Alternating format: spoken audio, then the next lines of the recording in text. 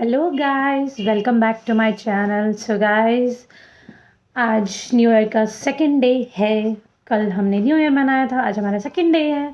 सो guys, आज हम मिलते हैं नए टॉपिक के साथ। तो वैसे आपने पढ़ ही लिया होगा नया टॉपिक हमारा क्या है, कि लड़कियों का असली घर है कौन सा। आप ही बताइए मुझे।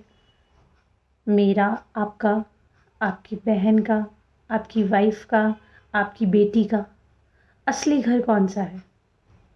या है ही नहीं कोई? या लड़कियों का घर तो बस एक मर के जो भगवान देता है वो होता है? या इस दुनिया में आते ही उनका कोई घर ही नहीं होता? बताइए बताइए, ज़रूर इस बात पे मुझे ज़रूर कमेंट करना गाइस, कि असली घर आपके माइंड में क्या है। सो गाइस, हमारी सोसाइटी में बातें बोली जाती हैं लड़कियों को लेकर। अपने घर से क्या सीख के आई थी? तेरे पेरेंट्स ने यही सिखाया है क्या? बोली जाती हैं कि नहीं? या फिर बोला जाता है पराए घर से आई हैं, इनका तो ये घर ही नहीं है। अपने घर में भी ऐसा करती थी क्या, जो हमारे घर में भी ऐसा करते हो? बोली जाती है ना ये सारी बातें। बोलिए बोलिए। और अगर लड़की ने अपने घर में कोई बात भी कर दी तो फिर बोला जाता है चुगलियाँ करती हो, अपने घर वालों को बताती हो, अपने घर वालों को बताती हो। क्या घर वाले शादी करके कोई नाता ना रखें, या फिर वो शादी करके भूल ही जाएं अपनी बेटियों को, और बेटियां उन्हें भूल जाएं? या वो अपने दर्द अपने घर नहीं बता सकती, सिर्फ तुम्हारे तक ही सीमित रहें? क्या ये कहीं लिखा है? ये कहीं का लॉ है या कहीं का ऑर्डर है कि नहीं? जब शादी करी जाती है तो कहीं कहीं लिखवाया जाता है कि शादी करके सिर्फ आप इस घर के होके रह जाओगे, आप उस घर को देखोगे भी नहीं।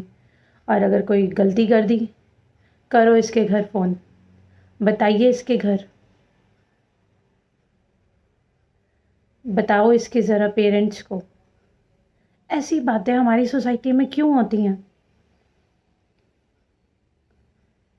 हाँ, 60% लोग हैं अभी भी जो ऐसे काम करते हैं। तो क्यों? ऐसा क्यों होता है गाइस? क्यों इतना बेटियों को क्या समझते हैं कि ये सब उनको सहना पड़ता है? ये सारी बातों के मतलब कि दौर से सबको जाना पड़ता है।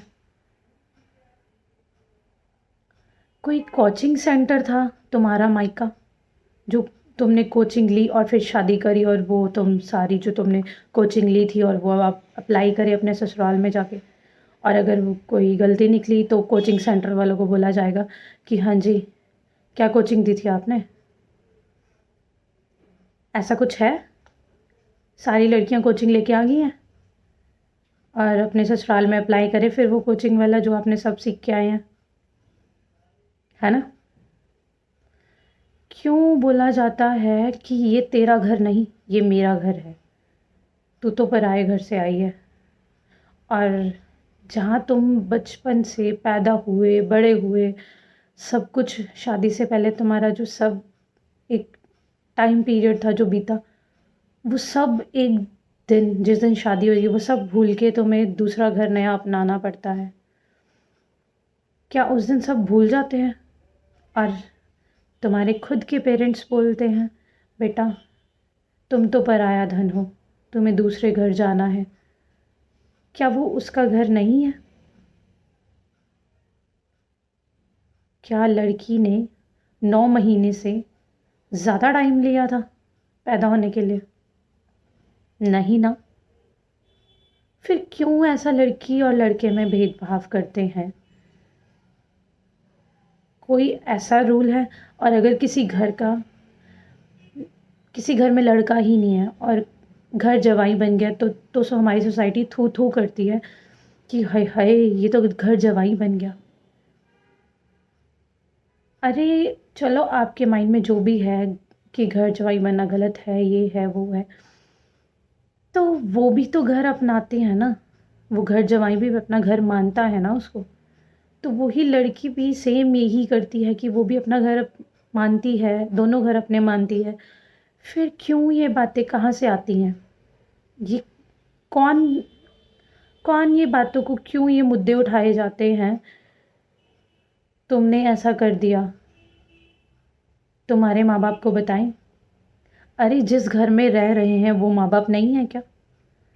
जिस दिन शादी करके आए थे तो उस दिन तुम बोलते हो बेटी बना के लेके जा रहे हैं, तो पहले उनसे कंप्लेन करने से अच्छा तुम समझते हो कि लड़की वालों के बताएं। अरे तुम्हें तो पेरेंट्स बनाया है तो तुम्हें क्यों नहीं कंप्लेन करते? अभी भी इतने ज़्यादा हमारे सोसाइटी में पढ़े लिखे लोग ही इतने ज़्यादा अनपढ़ हैं, बहुत ज़्यादा अनपढ़ता है, जो ये सारे वर्ड यूज़ करते हैं और जो ये सारी बातें अपनाते हैं, और जो ये लड़की को बोलते हैं कि तेरा घर नहीं है ये, अपने घर जा। अरे गलती करी है तो तुम सुधार सकते हो ना। तुम्हें अगर गलती करी है तो तुम कंप्लेन कर सकते हो। तुम जिस घर में तुम रह रहे हो वो उसके भी माँ बाप हैं, तो लड़की उन्हें भी कंप्लेन कर सकती है, तुम उन्हें भी कंप्लेन कर सकते हो।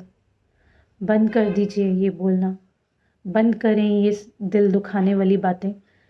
तो गाइस रोज़ मिलेंगे आपके साथ, एक रोज़मर्रा की लाइफ में जो चल रहा होता है मैं आपके साथ रोज़ एक चीज़ शेयर करूँगी, और मैं जहाँ गलत होंगी वो आप बताना, और जहाँ मैं सही हूँ मुझे भी बताना कि मैं सही हूँ या गलत। तो गाइस प्लीज़ शेयर करें, लाइक करें, कमेंट करें। बाय बाय गाइस, कल फिर मिलेंगे एक नई बात से, नई शुरुआत से। सो गाइस ये छोटी छोटी बातें हैं जो आप अपनाएं और मैं भी अपना रही हूँ। मेरे सराउंडिंग जो पीपल्स हैं मैं उन्हें भी ये बात समझाऊंगी। आप अपने रोज़ एक बंदे को सुधारोगे तो शायद वो आगे 2 को सुधारे, वो आगे 3 को सुधारे, 3 से 4, ऐसे करते करते हम कितने लोगों को सुधारेंगे। अगर हम यही सोच के घर बैठे रहेंगे कि नहीं मेरे एक सुधारने से क्या होगा, तुम्हारे एक सुधारने से 10 का उद्धार होगा, 10 से 20 होंगे, 20 से 30 होंगे। ऐसे करते करते आप हज़ारों में पहुंचेंगे, लाखों में पहुंचेंगे, करोड़ों में पहुंचेंगे। सो गाइस थोड़ी सी आवाज़ उठाएं और अपने छोटे छोटे मुद्दे रखें, तो शायद आपको कोई सुने। ऐसा नहीं है कोई नहीं सुनेगा, मुझे भी कोई सुनेगा, आपको भी ज़रूर सुनेगा। So guys please please please मुझे सब्सक्राइब करें, लाइक करें, प्लीज़ शेयर भी करें। Bye bye guys.